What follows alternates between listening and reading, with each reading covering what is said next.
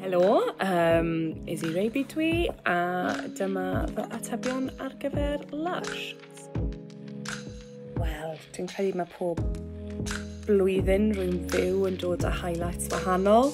Kind of wrth I fi sort of aeddfedu a datblygu fel person creadigol, a cwrdd o bobl newydd hefyd. Rhaid gweud,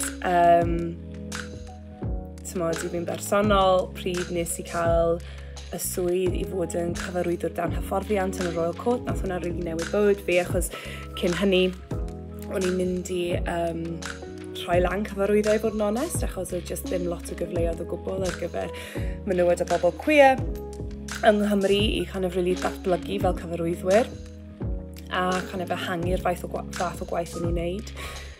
A naeth y swydd yna I fi really kind of dangos I fi fy mod i'n heiddi rhoi siawns a heiddi cael y siawns I kind of ddatblygu fel cyfarwyddwr.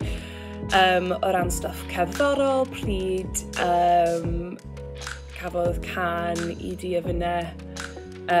Cymru ni ei selecto ar gyfer y Rugby Six Nations, oedd hwnna'n anhygoel, oedd e'n fel can oedd mor wleidyddol a can eitha radical. O'n I mor sioct bwys y can fel na yn ddod yn rhan o'r stuff ar gyfer chwaraeon.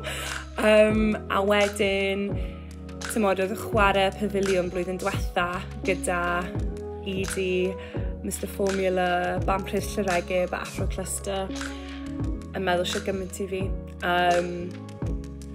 A yn fwy o ddiweddar, nath ddrama nes I gyfarwyddo yn yr Eisteddfod sydd Bryn Calon fi wneud fel y rhestr o sioeau gorau ym Mhrydain yn 2022 ac oedd hwnna jyst yn sioc enfawr achos dyna oedd y darn cyntaf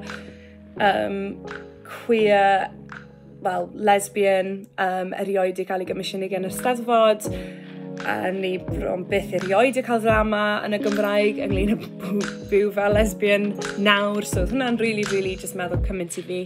Ond mae bob blwyddyn yn stwff cool yn digwydd. Basically, beidio bod mor galed ar fy hun, a beidio I kind of poeni cymaint ynglyn â fod yn dene. Fel rhywun, fel millennial, nes I tyfu lan yn fel 2000s ble oedd cymaint o bwysau ar bobl ifanc yn ymwedig merched ifanc I fod yn really dene. A os byswn ni'n gallu gweud wrth y hunan, stopio obseso ynglyn â hyn, a fel pryd ti'n oedolyn, bydd ti'n size 14, ond bydde ti hefyd yn gallu rhedeg 7k mewn hanner awr, 4 gwaith o'r wythnos, so paid o poeni ynglyn â hynny, a mae lot fwy fywyd a lot fwy I kind of bod yn person attractive na just y size wyt ti.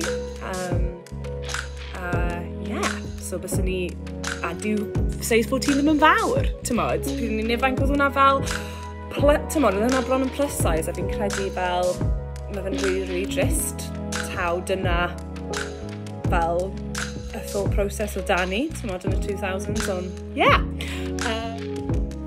absolutely ma fe. Rwy'n hynod o freintiedig fy mod i'n gallu siarad Cymraeg mor dda gyda I, a dwi'n ddiolchgar trwy'r amser I fod fy rhieni fi wedi mynd â fi trwy kind of addysg yn yr iaith Gymraeg, achos fel rhywun sydd yn freelance, fi'n siarad Cymraeg, cymaint o fi siarad Saesneg yn swyddi fi pob wythnos, bod fi'n byw yn Llundain, ac mae'r ffaith bod fi'n gallu siarad Cymraeg wedi agor cymaint o drysau fi o ran gwaith, a hefyd yn meddwl bod mod i'n gallu bod yn rhywun sydd yn hollol freelance, a bod mod I gyda real kind of, dwi'n gallu kind of siapo'r yrfa fi fy hun. Wel, fi methu rili dewis hynny fod yn onest, mae pob prosiect fi'n neud yw fy hoff prosiect. Fi'n teimlo'n really kind of ddiolchgar I wneud gwaith rwy'n credu ynddi. A dwi wastad yn trio wneud gwaith I fi sydd yn, in line gyda kind of ymwneudyddiaeth a sut fi'n teimlo ynglyn â kind of y byd a fath o gwaith fi'n credu sy'n bwysig i weld yn y byd. Wel, dwi ar fi'n lawnsio rhywbeth hollol newydd, fel brand new venture yn creadigol, gyda lot o menywod o bobl queer Cymraeg, a fi'n really excited ynglŷn â hynny. More on that later. At a later date. A fi'n really excited ynglŷn â hwnna. Fi'n really edrych ymlaen i wneud hwyr gerddoriaeth solo blwyddyn yma. Ond fi hefyd yn mynd i ddod mas o mwy gerddoriaeth gyda Wedi. Fi newydd dod mas o album gyda band arall fi, The Murmurings. Dwi'n cyfarwyddo 2 fideo cerddoriaeth ar y foment, a fi'n really edrych ymlaen i fel un o'r shooting days o gyfer hynny, achos fi'n mynd i bod yn neud bach o mudlo wrestling, sy'n mynd i bod yn lot o sport.